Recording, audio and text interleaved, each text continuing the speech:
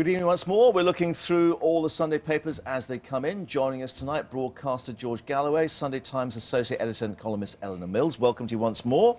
And let's take a look at this picture on The Independent, because you were watching this match, I gather, yes, George, which is the handshake, or the lack of handshake, this incident. What do you make of it all? I was really startled, dumbfounded, actually, when Evra put out his hand to shake Suarez's hand. Bear in mind, Evra was the victim of the racial abuse, which has been adjudicated on by a QC and an independent panel. So there's no question of guilt or innocence in this. And he put his hand out as the victim, and the perpetrator snubbed him and walked past him, which caused a tremendous tension to break out, which spilled over. Slow motion. Then Ferdinand, I think, declines then to shake his hand as a result. It was, you know, it was just about the most provocative thing that could have been done. And whereas this issue could have been put to bed today, it's now burning brightly, fiercely. And of course, Alec Ferguson's comments after the game, where he branded Suarez a disgrace who should never play for Liverpool again.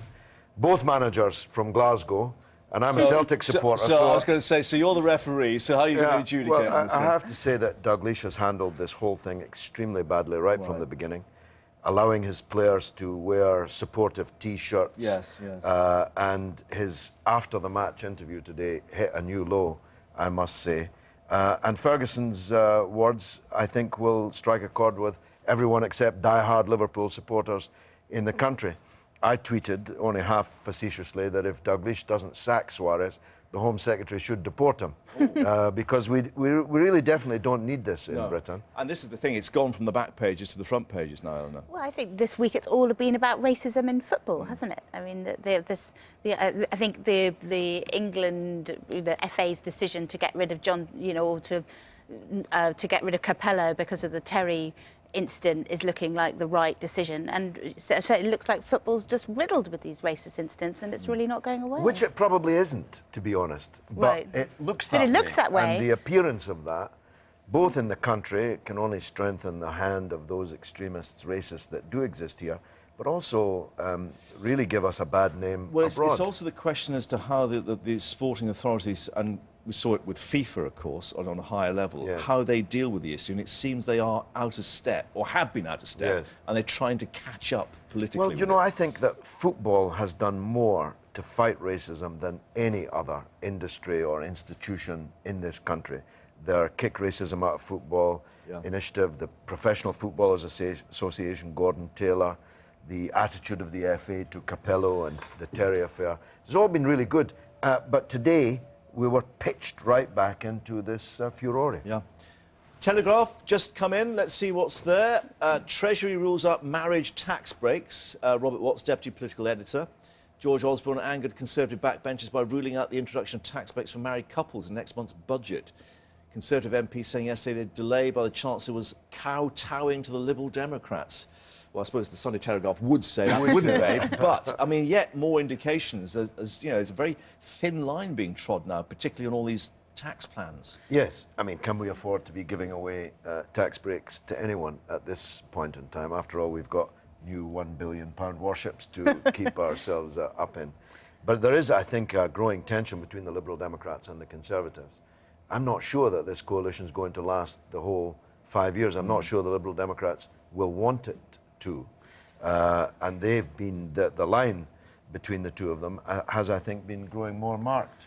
I think there's a real issue now about this £10,000 tax limit that the Lib Dems are really kind of passionate about bringing in, because they see it as part of their whole thing about fairness within the coalition. But it's incredibly expensive, because if you raise the threshold to 10,000, I mean, that's everybody who pays tax. So I think there's also a big issue looming around the child benefit for better off families. 50p tax rate. 50p tax rate. So all these things which the Tories, you know, know are really bad politics for them, the Lib Dems are really pushing hard because they want that for their supporters. But the other issue, of course, is in terms of fiscal austerity, it's being proved that it's not the way to get out of recession. And particularly when we look at the US, which is starting to pick up speed, is it actually an idea that you start to free up people's spending power and don't squeeze them too hard? And the other side of that coin being Greece, where even the business interests are saying this austerity is achieving the opposite of what is intended. It's putting the economy into free fall.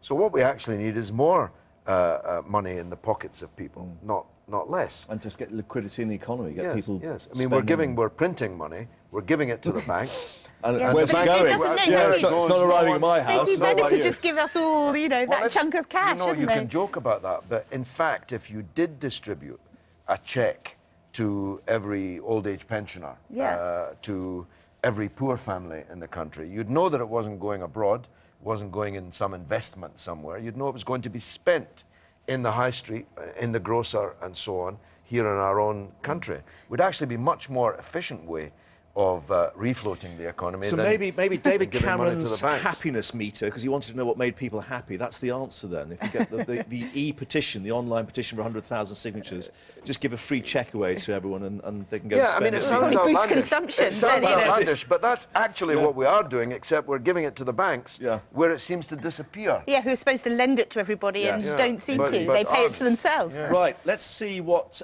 some of the other tabloids, the Red Tops, are doing. Daily Star Sunday there, and it's Moore and Amanda Holden, who is back at work already after what seemed to be a pretty difficult time. Well, she's had the baby 3 weeks ago. She nearly died. She was in intensive care. It looked absolutely awful. And 3 weeks later, she's back on Britain's Got Talent. Now, you know, I'm a working mother myself, so I'm all for, you know, us ladies with children returning to the fray. But I think that that's pretty quick, and I think that that probably says something around her insecurity about her position. Or does it say more about the television industry than it does about her, maybe? I don't know. Well, certainly, you know, maybe she could have been a bit more confident and taken a bit more time off. Yeah. For the moment, thank you both very much indeed. Thank you for refereeing that Glasgow football match as well, George. Don't forget, more on the front pages coming up in Sky News at 10, plus a full press preview.